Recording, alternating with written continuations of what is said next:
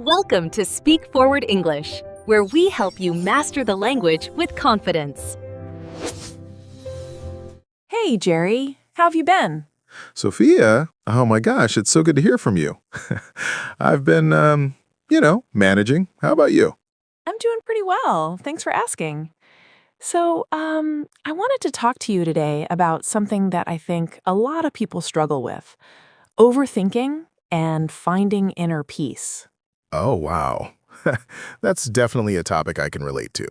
I mean, who doesn't overthink things these days, right? Exactly. It's like our brains just won't shut off sometimes. Before we dive in, though, if you're listening to this conversation and want to improve your English listening skills, make sure to subscribe for daily English listening practice. We really appreciate your support. Yes, absolutely. Subscribe and join our community. So, Sophia, when you say overthinking, what exactly do you mean? Because I feel like people use that word a lot, but it means different things to different people. That's a great question, Jerry. For me, overthinking is when your mind gets stuck in this loop, going over the same thoughts again and again without actually solving anything. Let me give you an example. Last week, I sent an email to my boss, just a simple work email, right? Mm-hmm. Yeah. And after I hit send, I must have reread that email like 20 times in my head, thinking, oh no, did I sound too aggressive? Was I too passive? Should I have used a different word? And this went on for hours. Oh man, I do that all the time. It's like the email is already sent, there's literally nothing you can do about it, but your brain just keeps replaying it. Exactly. And that's the thing about overthinking. It's usually about stuff that's already happened or things that might never happen in the future. Right, right. I remember I had this situation a few months ago where I had to give a presentation at work. The presentation went fine. Actually, it went really well. But for days afterward, I kept thinking about this one moment where I stumbled over my words. Oh, and I bet nobody even noticed that, right? That's the thing. I asked my colleague about it later, and she had no idea what I was talking about. She said the presentation was great, but in my mind, I had built it up into this huge disaster. That's so typical of overthinking. We magnify these tiny moments and make them so much bigger than they actually are. It's like we become our own worst critics. Absolutely. So, how do you deal with it? Like, what helps you stop that cycle? Well, it's taken me a while to figure out some strategies that work. One thing that really helps me is what I call the 72-hour rule. The 72-hour rule. What's that? So basically, when I catch myself overthinking something, I ask myself, will this matter in 72 hours? And honestly, most of the time, the answer is no. That's brilliant. I love that. So, like with your email example, in 72 hours, your boss probably won't even remember the specific wording of that email. Exactly.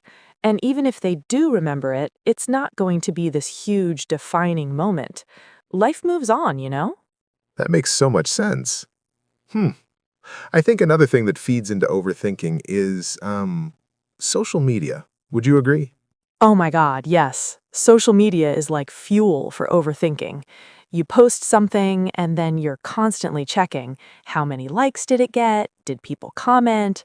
Why did this person like it but that person didn't? It's exhausting, isn't it? I actually, I took a break from social media for about a month last year, and it was honestly one of the best things I did for my mental health. Really? Tell me more about that. What did you notice? Well, at first, it was kind of uncomfortable. Like I kept reaching for my phone out of habit, you know? But after a few days, I noticed my mind felt quieter. I wasn't constantly comparing myself to other people or, um, worrying about what everyone was doing. That's interesting. So it actually helped you find more inner peace? Definitely. And that brings us to the second part of our topic, right? Inner peace. What does that mean to you, Sophia? For me, inner peace is that feeling when your mind is calm, when you're not constantly anxious or worried about everything. It's like, imagine a lake. right? When the water is still and smooth, you can see your reflection clearly. But when it's all choppy and disturbed, everything is distorted. Oh, I love that metaphor. So our minds are like that lake, and overthinking is what makes the water choppy. Exactly. And finding inner peace is about learning how to still those waters. But here's the thing, Jerry. It's not about never having thoughts or concerns. It's about not letting them control you. Right, because that would be impossible, wouldn't it? We're human beings. We're going to have thoughts and feelings. Absolutely. I think a lot of people misunderstand inner peace. They think it means being happy all the time or never experiencing negative emotions. But that's not realistic. So what is realistic then? Like, what's a healthy approach? Well, I think it's about acceptance. Accepting that thoughts will come and go, but you don't have to grab onto every single one and analyze it to death. Easier said than done, though, right? Oh, for sure. It takes practice. One technique that's helped me a lot is mindfulness meditation. Okay. I've heard about that, but I'm not really sure what it involves. Can you explain it? Sure. So, mindfulness meditation is basically you sit quietly and you focus on your breath or on the present moment. And when thoughts come up, because they will, you just notice them without judgment and let them go. Without judgment. That's an important part, isn't it? It really is. Because I think a lot of us, when we have anxious thoughts, we judge ourselves for having them. We think, why am I so anxious? What's wrong with me? And that just creates more anxiety. It's like anxiety about being anxious. Exactly. It becomes this vicious cycle. But with mindfulness, you're just observing, like, oh, there's an anxious thought. Interesting. And then you let it pass. That sounds helpful. But, I have to be honest. I've tried meditation before, and I found it really hard. My mind just keeps wandering. Oh, that's completely normal. In fact, that's kind of the point. Meditation isn't about stopping your thoughts. It's about noticing when your mind wanders and gently bringing it back. Every time you do that, you're actually building that mental muscle. Huh. I never thought about it that way. So it's not about being perfect at it. Not at all. I've been meditating for over a year now, and my mind still wanders all the time. The difference is, I don't get frustrated with myself anymore. That's really encouraging. You know what else I find interesting? The connection between overthinking and not being present in the moment. Oh, yeah, absolutely. When we're overthinking, we're usually either stuck in the past or worried about the future. We're never really here, in the now. Right. Like, here's an example from my life. I was having dinner with my family last month, and my mom was telling the story, and I realized I wasn't really listening. I was thinking about work stuff I had to do the next day. And how did that feel? Honestly, it felt terrible once I realized it. Like, here I am with people I love, and I'm not even present. I'm missing out on the moment. That's such a good insight, though, that you recognized it. A lot of people don't even notice when they're not present. True. So how do you practice staying present? Besides meditation, I mean. Well, one thing I do is what I call sensory check-ins. Throughout the day, I'll pause and notice 5 things. Something I can see, something I can hear, something I can feel, something I can smell, and something I can taste. Oh, that's clever. So it's like grounding yourself in your senses. Exactly. It pulls you out of your head and back into your body and the present moment. For example, right now, I can see my coffee cup. I can hear the birds outside. I can feel the chair I'm sitting on. I can smell... I can smell my coffee. And I can taste the mint from my toothpaste earlier. That's great. And it's so simple, anyone can do it anywhere. Right. You don't need any special equipment or training. It's just about paying attention. You know what I've noticed? Sometimes overthinking comes from trying to control things that we actually can't control. Oh, that's so true. That's a huge source of anxiety for a lot of people. We want to control outcomes, control what other people think of us, control the future. Yeah, and it's impossible. Like, I used to worry so much about what people thought of me.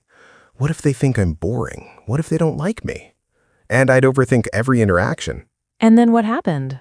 Did you find a way to let go of that? It took time, but I realized that, first of all, people are usually too busy thinking about themselves to spend that much time thinking about me. That's so true. Everyone's the main character in their own story. Exactly. And second, even if someone doesn't like me, that's okay. Not everyone has to like me. That's their choice, and I can't control it. That's such a healthy perspective. And I think that's part of inner peace, too. Accepting that some things are outside your control and being okay with that. Absolutely. There's actually this prayer. I'm not religious, but I think the message is universal. It goes something like, "Grant me the serenity to accept the things I cannot change, courage to change the things I can, and wisdom to know the difference." The Serenity Prayer, yeah, that's beautiful. And it really captures what we're talking about. It does. So what about when you have legitimate things to worry about? Like, I don't know, health issues or financial problems or relationship troubles. How do you find inner peace when you're dealing with real difficulties? That's an important question, Jerry. Because inner peace doesn't mean ignoring your problems or pretending everything is fine when it's not. Right. That would just be denial. Exactly. I think in those situations, it's about distinguishing between productive thinking and unproductive overthinking. Like if you have a financial problem, sitting down and making a budget, that's productive. But lying awake at 3 in the morning imagining worst-case scenarios, that's overthinking. So it's about taking action when you can and accepting when you can't. Yes. And also being kind to yourself through difficult times. I think we often beat ourselves up when we're struggling, like we should be handling things better or we shouldn't be stressed. Oh man, I'm definitely guilty of that. Why am I so stressed? Other people have it worse. I should be able to handle this. Right. And that just adds another layer of stress on top of the original stress. It's stress about being stressed. Exactly. So instead, what if we said to ourselves, this is hard, and it's okay that I'm finding it hard. I'm doing my best. That's so much more compassionate. Self-compassion is really important, isn't it? It really is. And actually, research shows that people who practice self-compassion are less likely to experience anxiety and depression. They're more resilient. That makes sense. If you're constantly criticizing yourself, that's going to wear you down. Absolutely. And here's another thing. Sometimes we need to talk to other people about what we're going through. Overthinking can happen when we're stuck in our own heads too much. Oh, for sure. I've had experiences where I was worried about something, just going over it and over it in my mind, and then I talked to a friend about it, and they gave me a completely different perspective that I hadn't even considered. And suddenly the problem doesn't seem so big anymore, right? Exactly. It's like when you say it out loud to someone else, you can hear how it sounds, and sometimes you realize, oh, maybe I'm blowing this out of proportion. Right. Other people can give us reality checks. They can say, hey, you're being too hard on yourself, or that actually doesn't sound as bad as you think it is. Though I guess you have to be careful about who you talk to, right? Like if you talk to someone who's also an overthinker, you might just end up overthinking together. Oh my gosh, yes. I've definitely had those conversations where two anxious people just feed off each other's anxiety. That's no helpful at all. No, you need someone who can be calm and rational. Or at least someone who cares about you and can listen without judgment. Sometimes you don't even need advice, you just need someone to listen. That's true. You know, we've been talking about all these strategies, but I think it's also important to mention that finding inner peace is a journey, not a destination. Oh, absolutely. It's not like you do meditation for a month and then boom, you're peaceful forever. Right. If only it were that easy. It's something you have to work on continuously. Yeah, and some days are going to be harder than others. There are still days when I catch myself overthinking, when I'm not as present as I'd like to be. And that's okay. It's all part of being human. I think what's important is that we're aware of it and we're trying, you know? Definitely. Progress, not perfection. I like that. Progress, not perfection. That should be a motto for life. It should. Well, Jerry, I think we've covered a lot of ground today, from overthinking to inner peace and all the ways they're connected. We really have. And you know what?